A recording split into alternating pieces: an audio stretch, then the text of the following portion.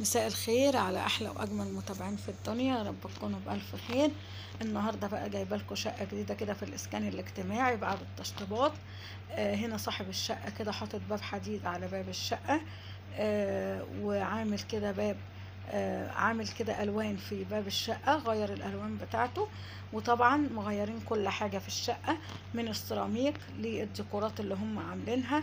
مغيرين كل سيراميك الشقه. الشقة دي يا جماعة من الشقق اللي هو في النموذج اللي هو الريسبشن بيبقى قطعة واحدة.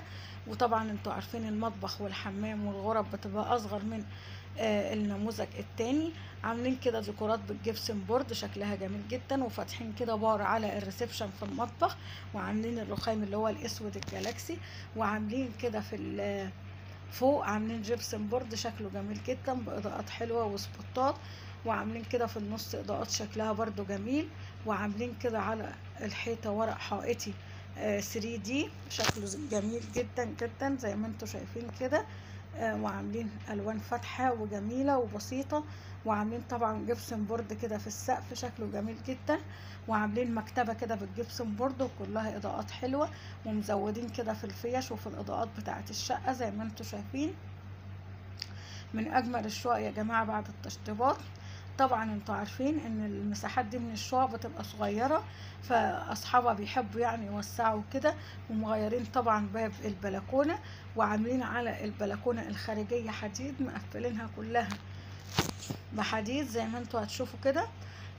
طبعا ده تأمين للشقق اللي هي بتبقى مثلا دور ارضي او دور اخير، يعني بيحبوا يقفلوا الشقق بتاعتهم بالحديد علشان منع للسرقات وكده يا جماعة. ما تنسوش بقى تدعمونا باللايك والشير والاشتراك في القناة، وتفعيل زرار الجرس للكل عشان كل ما انزل فيديو تتفرجوا عليه.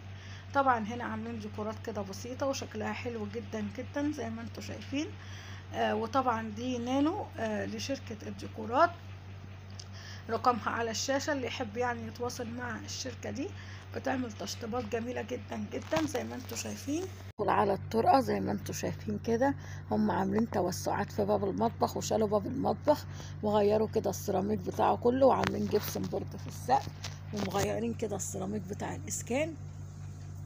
وعاملين كده ديكورات حلوه، وضايفين طبعا البلكونه على المطبخ. انتوا عارفين النموذج ده بتبقى البلكونه جوه المطبخ زي ما انتوا شايفين.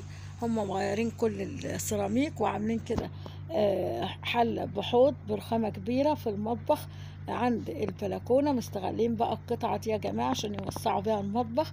انتوا عارفين النموذج ده من الشقق بيبقى المطبخ والحمام والغرف بتاعتهم بتبقى اصغر من النموذج الاولاني زي ما انتوا شايفين كده. ومزودين بقى ايه حاجات للصرف والكلام ده كله.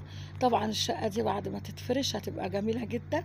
وعاملين برضو في الطرقة كده جبسن بورد. الطرقة دي يا جماعة بتبقى مساحتها اصغر من النموذج الاولاني. النموذج الاولاني بتبقى الطرقة عرض متر في 6 متر، لكن دي بتبقى عرضها اصغر طبعا والحجم بتاعها اصغر. وهم طبعا مغيرين في سيراميك الشقة زي ما انتوا شايفين كده كله. وفي التويلت برضو مغيرين كل السيراميك والبيبان بتاعت باب الشقة وبتاعت الغرف زي ما انتوا شايفين كده. عاملين باب ألمونتان على التويلت شكله جميل جدا. وطبعا عاملين حديد على الشبابيك زي ما انتوا شايفين كده.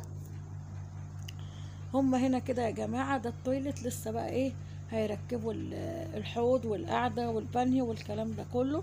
بعد كده دي اول غرفة معانا.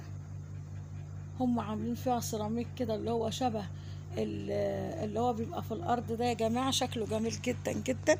وعاملين برضو كده ديكورات في الحيطة.